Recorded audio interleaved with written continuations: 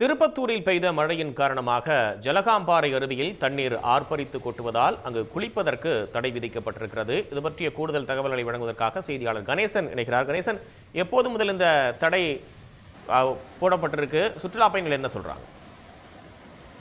கண்டிப்பாக திருப்பத்தூர் மாவட்டம், திருப்பத்தூர் அடுத்த ஏலகிரி மலை அடிவார பின்புறத்தில் உள்ளதுதான் இந்த ஜலகாம்பாறை நீர்வீழ்ச்சி. இந்த ஜலகாம்பாறை நீர்வீழ்ச்சியானது மிகவும் பிரசித்தி பெற்ற ஒரு சுற்றுலா தலமாக இயங்கி வருகிறது.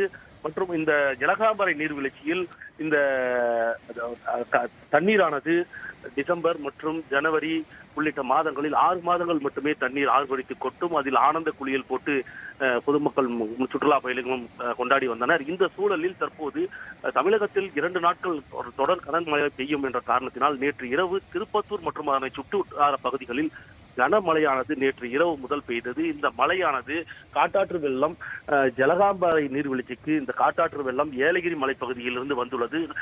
தற்போது ஜலகாம்பாறை நீர்வீழ்ச்சியில் இந்த காட்டாற்று வெள்ளம் ஆர்ப்பரித்து கொட்டி நீர்வீழ்ச்சியிலிருந்து தண்ணீர் நிரம்பி அடிவாரம் வரை உள்ள முருகன் கோயில் வரை இந்த தண்ணீரானது நிரம்பி வந்து கொண்டிருக்கிறது. இதனால் அங்குள்ள வனத்துறையினர் மற்றும் பொதுமக்கள், போலீசார் அந்த பகுதியில் யாரும் குளிக்கக்கூடாது, மேலே அருவிக்கு யாரும் செல்லக்கூடாது என்று அங்கு காவல்துறையினரும் வனத்துறையினரும் பாதுகாப்பு பணியை போடப்பட்டு ஜலகாம்பாறை நீர்வீழ்ச்சியில் குளிக்க தற்போது தடை விதிக்கப்பட்டுள்ளது. இந்த நீரானது குறைந்த பின்பு எப்படியும் தற்போது இந்த ஆர்ப்பரித்து வரும் தண்ணீர் குறைவதற்கு குறைந்தது 3-4 நாட்கள் ஆகும்.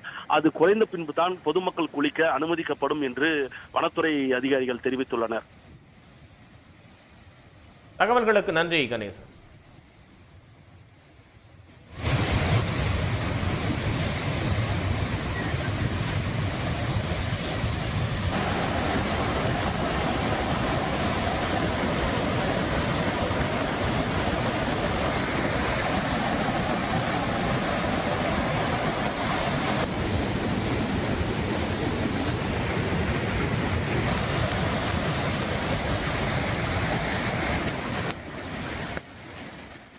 உடனுக்குடன் செய்திகளை தெரிந்து கொள்ள சன் நியூஸ் பெல் ஐகானை கிளிக் பண்ணுங்க.